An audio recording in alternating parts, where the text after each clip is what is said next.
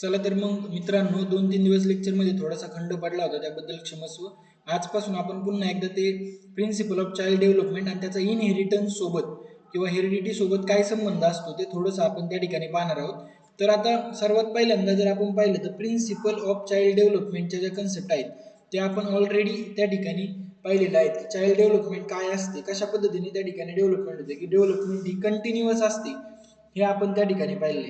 आता याच्यामध्ये हेरिडिटी सोबत जर आपल्याला चाइल्ड डेव्हलपमेंटचं जे रिलेशनशिप असतं ते आपण त्या ठिकाणी थोडं पाहू. आता आपण आधीच पाहिलेलं आहे की child development refers to systematic changes in a child's physical, cognitive, social, emotional and language ability. म्हणजे चाइल्डची जी डेव्हलपमेंट असते ती आपण कोणकोणत्या अँगलने पाहू शकतो. तर त्याची जी शारीरिक वाढ आहे, कॉग्नेटिव्ह ॲबिलिटीमध्ये जी वाढ असते, सोशल असेल, इमोशनल आणि लँग्वेज ॲबिलिटी जी असेल.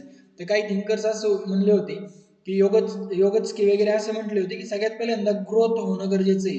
तर ग्रोथच डेव्हलपमेंट घडून आणते. तर असं आपण त्या ठिकाणी मागच्या काही लेक्चरमध्ये 2 लेक्चरमध्ये पाहिलं होतं. तर आता हे जे चेंज असतात हे काही सायंटिफिक प्रिन्सिपल फॉलो करतात, जे की आपल्या CETच्या एक्झामसाठी खूप इम्पॉर्टंट असले आपल्याला त्या ठिकाणी दिसतात.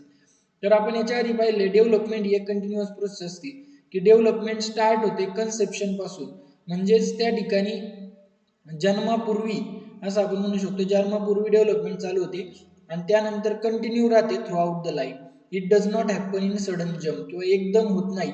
लाईफ टाईम त्या ठिकाणी ती प्रोसेस डेव्हलपमेंटची चालू असते. म्हणजे एक्झाम्पल जर बघा पाहायचं झालं आपल्याला, तर लहान मुलगा सगळ्यात पहिल्यांदा बोबडे शब्द बोलतो, नंतर तो ॲक्युरेट वर्ड्स घ्यायला लागतो आणि त्यानंतर तो सेंटेन्स शिकत जातो. किंवा तो आधी रांगतो, चालतो आणि मग पळायला लागतो, असं आपण त्या ठिकाणी पाहतो. त्यानंतर CTETचा जो पॉईंट पाहिला तर कंटिन्युअस या शब्दावरती, म्हणजे डेव्हलपमेंट ही जी असते तर कंटिन्युअस होत असते, या शब्दावर त्यांनी जास्तीत जास्त फोकस केलेला आपल्याला दिसतो. आता डेव्हलपमेंट जर आपण पाहिली तर ही बऱ्यापैकी प्रेडिक्टेबल असलेली आपल्याला दिसते. आता प्रेडिक्टेबल डेव्हलपमेंट म्हणजे काय, तर डेव्हलपमेंट फॉलो युनिव्हर्सल पॅटर्न. काही युनिव्हर्सल पॅटर्न असतात ते डेव्हलपमेंट फॉलो करते आणि त्यालाच आपण माइलस्टोन असं बोलतो. की जशी जशी डेव्हलपमेंट होत जाते जसं जसं ते चाइल्ड जे आहे तर आपल्या लाईफमध्ये त्या ठिकाणी वेगवेगळे माइलस्टोन अचीव करायला सुरुवात करतो. So we can predict the approximate age for walking and speaking. आलं लक्षात. त्याच्यामुळे आपण त्या ठिकाणी त्याचा अप्रॉक्सिमेट एज काढू शकतो की ह्या वयामध्ये मुलं बोलू शकतात, चालू शकतात किंवा बाकीचे काही त्यांची कामं असतात ती करू शकतात. की आपण असं पाहतो की most children walk around 12 months, की 12 महिन्याचं झाल्यानंतर बरेचशी मुलं असतात त्या ठिकाणी ती चालायला सुरुवात करतात. किंवा most children speak simple words around 1 year.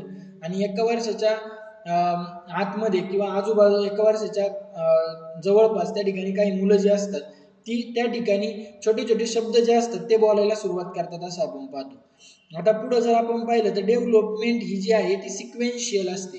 म्हणजे डेव्हलपमेंटचा एक प्रॉपर सिक्वेन्स त्या ठिकाणी ठरलेला असतो. डेव्हलपमेंट सिक्वेन्सनेच होणार आहे, सिक्वेन्शियल असेल. All children follow the same order of development.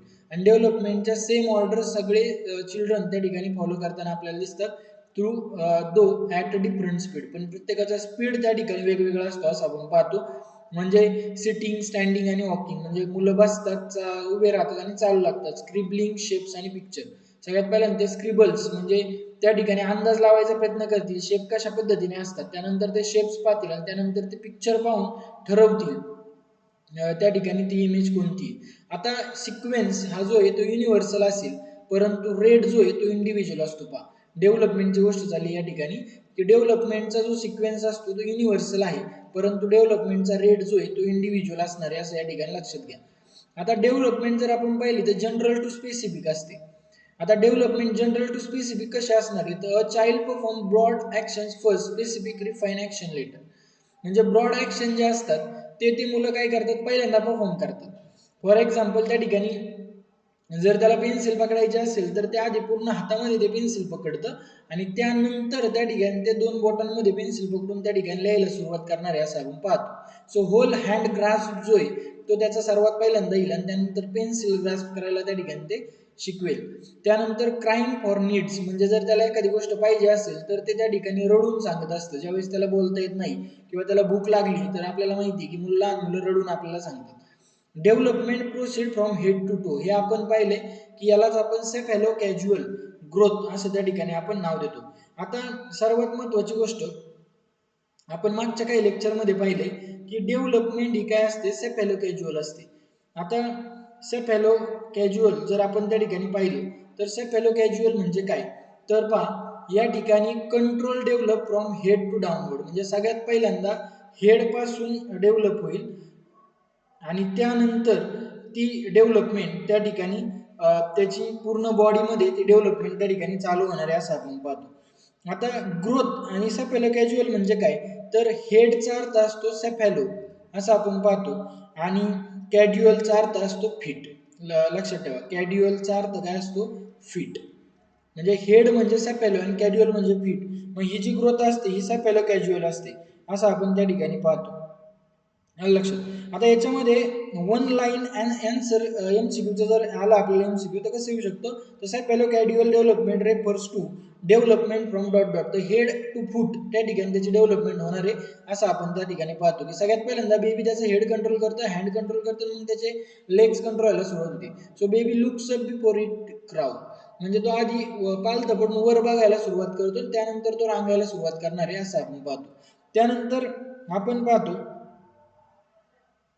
की त्याच्यानंतर येतं प्रॉक्झिमोडिस्टल. आता प्रॉक्झिमोडिस्टल जे आहे तर प्रॉक्झिमोडिस्टल ग्रोथ जी असते ती सेंटर पासून आउटवर्ड होत असते असं आपण पाहतो. की म्हणजे काय, तर development proceed from the centre the body outward to the extremities, म्हणजे ही जी डेव्हलपमेंट असेल ती सेंटर पासून चालू होईल बॉडीच्या आणि त्यानंतर आउटवर्ड त्या ठिकाणी जाईल असं आपण म्हणतो. याच्यामधला प्रॉक्झिम ह्या शब्दाचा जो अर्थ आहे तो म्हणजे near, centre of the body, आणि डिस्टलचा अर्थ आहे फार किंवा त्या ठिकाणी आउटर बॉडी असा आपण त्याचा अर्थ असलेला त्या ठिकाणी पाहतो. आता याचं जर मिनिंग आपण पाहिलं तर development start from mid body and moves to the extremities असं आपण त्या ठिकाणी पाहतो. म्हणजे आधी शोल्डर कंट्रोल येतं, आर्म कंट्रोल येतं आणि त्यानंतर तो त्या ठिकाणी त्या मोमेंट काय करणार आहे त्या ठिकाणी, तर कॅप्चर करून घेणार आहे असं आपण त्या ठिकाणी म्हणू शकतो. आलं लक्षात. आता प्रॉक्झिमोडिस्टल, सेफॅलो कॅज्युअल आणि प्रॉक्झिमोडिस्टल जी थिअरी आहे ती आपल्याला कुणी दिली, तर आर्नॉल्ड गेसेल नावाचे जे सायंटिस्ट होते, त्या आर्नॉल्ड गेसेल नावाच्या थिंकर्सने ही प्रॉक्झिमोडिस्टल आणि सेफॅलो कॅज्युअल डेव्हलपमेंटची थिअरी आपल्याला त्यांनी दिलेली आहे. तर हे व्यवस्थित मित्रांनो लक्षात ठेवायचे की प्रॉक्झिमोडिस्टल असेल किंवा त्या ठिकाणी आपण आत्ताच पाहिलं म्हणजे प्रॉक्झिमोडिस्टल किंवा सेफॅलो कॅज्युअल या थिअरीशी असोसिएटेड कोण आहेत, तर आर्नॉल्ड गेसेल हे त्या ठिकाणी या दोन्ही थिअरीशी असोसिएट असलेले आपल्याला त्या ठिकाणी दिसून येतात. तर यालाच आपण सेफॅलो कॅज्युअल डेव्हलपमेंट असं त्या ठिकाणी म्हणतो, जी डेव्हलपमेंट हेड टू फूट होत असते. आणि त्या ठिकाणी प्रॉक्झिमोडिस्टल डेव्हलपमेंट जे आहे, प्रॉक्झिमो म्हणजे सेंटर आणि डिस्टल म्हणजे आउटवर्ड ग्रोथ, सगळ्यात पहिल्यांदा सेंटर पासून सुरुवात होते बॉडीच्या, त्यानंतर ती ग्रोथ त्या ठिकाणी आउटवर्ड मुवमेंटला चालू होते. याच्यामध्ये जर आपण पाहिलं तर एक थिंकर अजून आहे, एलिझाबेथ असं नाव आहे त्यांचं, एलिझाबेथ हरलॉक. तर यांचं जे पुस्तक आहे तर त्यांच्या प्रिन्सिपल ऑफ सायकोलॉजी या बुकमध्ये त्यांनी ह्या गोष्टीचा त्या ठिकाणी उल्लेख केलेला आपल्याला दिसतो. CTET साठी अतिशय महत्त्वाचे मुद्दे असलेले आपल्याला ते दिसतात. तर प्रिन्सिपल ऑफ सायकोलॉजीमध्ये आपण ह्या ग्रोथ त्या ठिकाणी मुलांच्या पाहू शकतो. या child draws line before writing alphabet, म्हणजे मुलगा आधी लाईन ड्रॉ करायला शिकतो त्यानंतर अल्फाबेट ड्रॉ करायला शिकणार आहे असं आपण त्या ठिकाणी पाहतो. आता डेव्हलपमेंटमध्ये काय असतं, ग्रोथ असतं, मॅच्युरेशन आहे, लर्निंग आहे. त्याचा मिनिंग जर आपण या ठिकाणी पाहिला तर development is shape by growth, that is physical growth त्या ठिकाणी होईल. त्यानंतर मॅच्युरेशन इन म्हणजे बायोलॉजिकल रेडीनेस येतो. त्यानंतर लर्निंग करतं, मागच्याच काही लेक्चरमध्ये आपण पाहिले की तुम्ही पाहून घ्या ते लेक्चर, की एन्व्हायरमेंटल एक्सपिरियन्स मधून तो मुलगा त्या ठिकाणी लर्न करत असतो. म्हणजे चाइल्ड राईट तो कधी लिहायला लागेल, ज्यावेळेस हँड्स आर ग्रोन, त्याच्या हाताची ग्रोथ होईल, त्याच्या मसल मॅच्युअर होतील आणि लर्न रायटिंग स्किल, आणि रायटिंग स्किल जर तो शिकला तर त्याची पुढची डेव्हलपमेंट जी आहे ती फास्टर पेसने होणार आहे असं आपण त्या ठिकाणी म्हणू शकतो. आता 8वा पॉईंट आपल्याला पाहायचा, development shows individual difference. Development हा वैयक्तिक डिफरन्स काय आपल्याला त्यामध्ये दाखवत असते. त्याचा अर्थ काय, तर every child develop at their own pace, प्रत्येक मुलाला त्याचा ओन पेस त्या ठिकाणी भेटलेला असतो. म्हणजे एक मुलगा त्या ठिकाणी 1 वर्षाचा असताना बोलेल, दुसरा 1.5 वर्षाचा असताना बोलेल, किंवा एक मुलगा मॅथमध्ये स्ट्रॉंग असेल, दुसरा ड्रॉइंगमध्ये स्ट्रॉंग असेल. म्हणजे प्रत्येक मुलाची ग्रोथ जरी सेम असेल तरी सुद्धा त्याची डेव्हलपमेंट ही वेगवेगळ्या पेसनेच होणार आहे असं आपण पाहतो. आणि त्याला काही रिझन असतात, ते म्हणजे हेरिडिटी सगळ्यात महत्त्वाचं आहे, आज आपण त्याला इंटरलिंक करणार आहे, एन्व्हायरमेंट, आणि त्यानंतर तिसरं रिझन आहे ते म्हणजे growth rate, that is called difference. आणि म्हणून चाइल्डमध्ये त्या ठिकाणी डेव्हलपमेंट होण्यामध्ये काही डिफरन्स आपल्याला त्या ठिकाणी पाहायला भेटतात. आता ही जी डेव्हलपमेंट असते ती इंटर रिलेटेड असते असं आपण पाहतो. याचा अर्थ काय नेमका, तर all domain affect each other, physical, cognitive, social, emotional, language. सगळे डोमेन जे असतात ते एकमेकाला त्या ठिकाणी फिजिकल, कॉग्नेटिव्ह आणि सोशल इमोशनल वेने त्या ठिकाणी काय करत असतात, तर इम्पॅक्ट करत असतात असं आपण पाहतोय. Wien physical motor skill improve, म्हणजे ज्यावेळेस त्याची फिजिकल ग्रोथ होईल त्यावेळेस तो मुलगा, चाइल्ड त्या ठिकाणी ते मूल जास्त प्रमाणामध्ये एक्सप्लोर करायला सुरुवात करतं, त्याचं ते थिंकिंग जे आहे ते इम्प्रूव्ह होईल. आणि ज्यावेळेस व्हॉकॅब्युलरी इन्क्रीज होते त्याची, त्यावेळेस त्याचे सोशल स्किल्स सुद्धा त्या ठिकाणी इम्प्रूव्ह झालेले आपल्याला दिसतात. आता अर्ली डेव्हलपमेंट जर आपण पाहिलं तर ही खूप क्रिटिकल असते. त्याचा अर्थ काय, की पहिले जे 6 वर्ष आहेत affect the brain development most. अतिशय महत्वाचा पॉईंट आहे की कोणत्या वर्षामध्ये ज्याची जी कॉग्नेटिव्ह ब्रेन डेव्हलपमेंट आपण म्हणतो, कॉग्नेटिव्ह ब्रेन डेव्हलपमेंट सीबीडी जे आहे मुलाचं, ते पहिल्या 6 वर्षांमध्ये अतिशय उच्च दराने वाढलेलं आपल्याला दिसतं. सो त्या ठिकाणी न्यूरल कनेक्शन जे असतात आर बिल्ड रॅपिडली.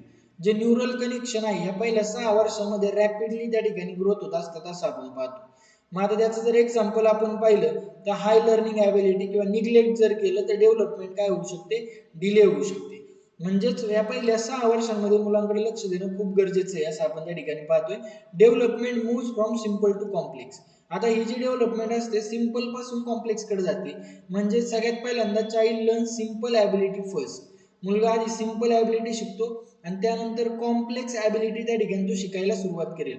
म्हणजे सगळ्यात पहिल्यांदा तो काउंट करतो, त्याच्यानंतर ॲडिशन करायला सुरुवात करतो, सबस्ट्रॅक्शन करतो आणि मग मल्टिप्लिकेशन करण्याकडे त्याचा ओढा असलेला आपल्याला दिसेल. काउंट करणं, ॲडिशन करणं, सबस्ट्रॅक्शन करणं, मल्टिप्लिकेशन, नंतर ते डिव्हिजन वगैरे किंवा बाकीच्या ज्या काही कॉम्प्लेक्स प्रोसेस आहेत मॅथमॅटिक्समध्ये तर त्या करायला तो सुरुवात करणार आहे. स्क्रिबलिंग करणं.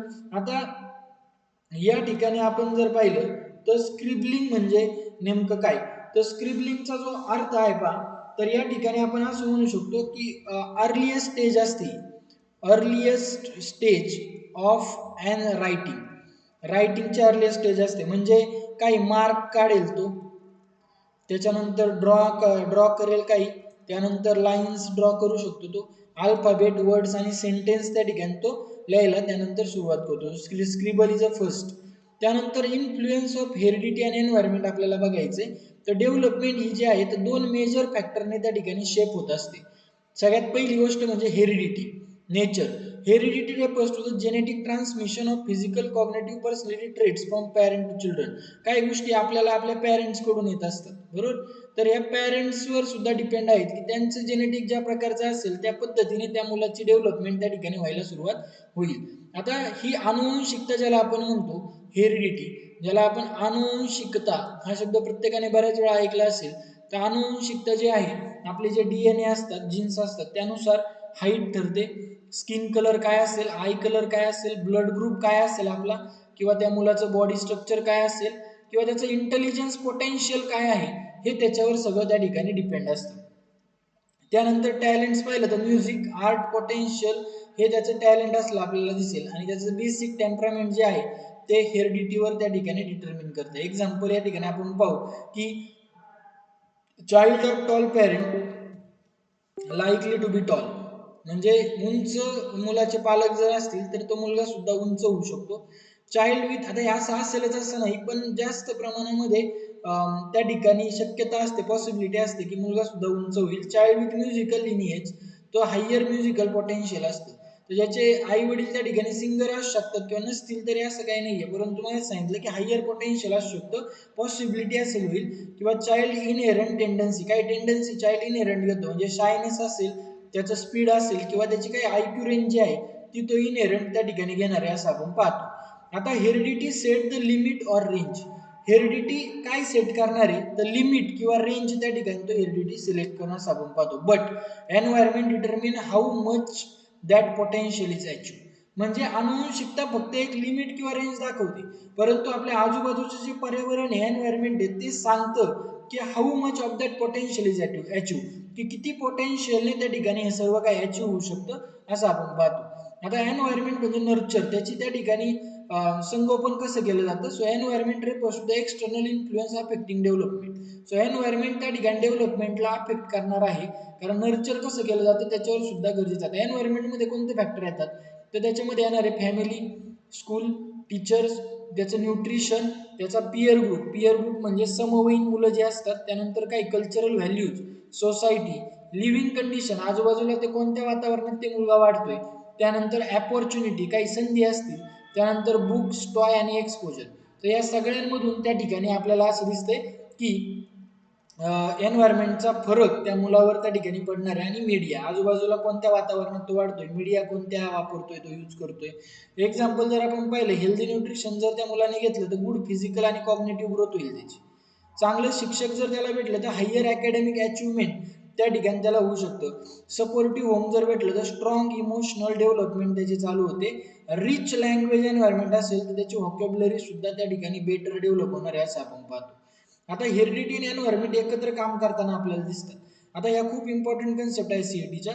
ती heredity provide the raw material, लक्षात ठेवा, potential, and environment shape how that potential is express. अतिशय महत्वाच्या गोष्टी द्या पहा, की हेरिडिटी सांगतं की रॉ मटेरियल काय आहे, पोटेन्शियल देतं फक्त हेरिडिटी, रॉ मटेरियल देतं. पण एन्व्हायरमेंट शेप करतं की हे पोटेन्शियल कशा पद्धतीने त्या ठिकाणी एक्सप्रेस होऊ शकतं.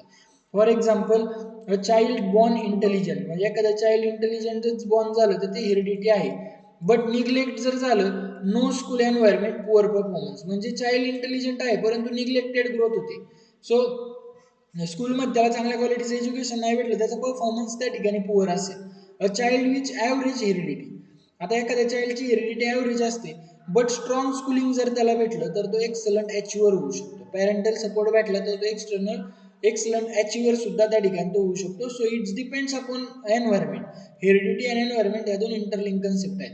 आता काही इंपॉर्टंट पॉईंट्स काढले ते सीईटी फोकससाठी. Heredity decide the upper limit of intelligence. Heredity त्या ठिकाणी फक्त पोटेन्शियल देतं, अप्पर लिमिट फॉर इंटेलिजन्स.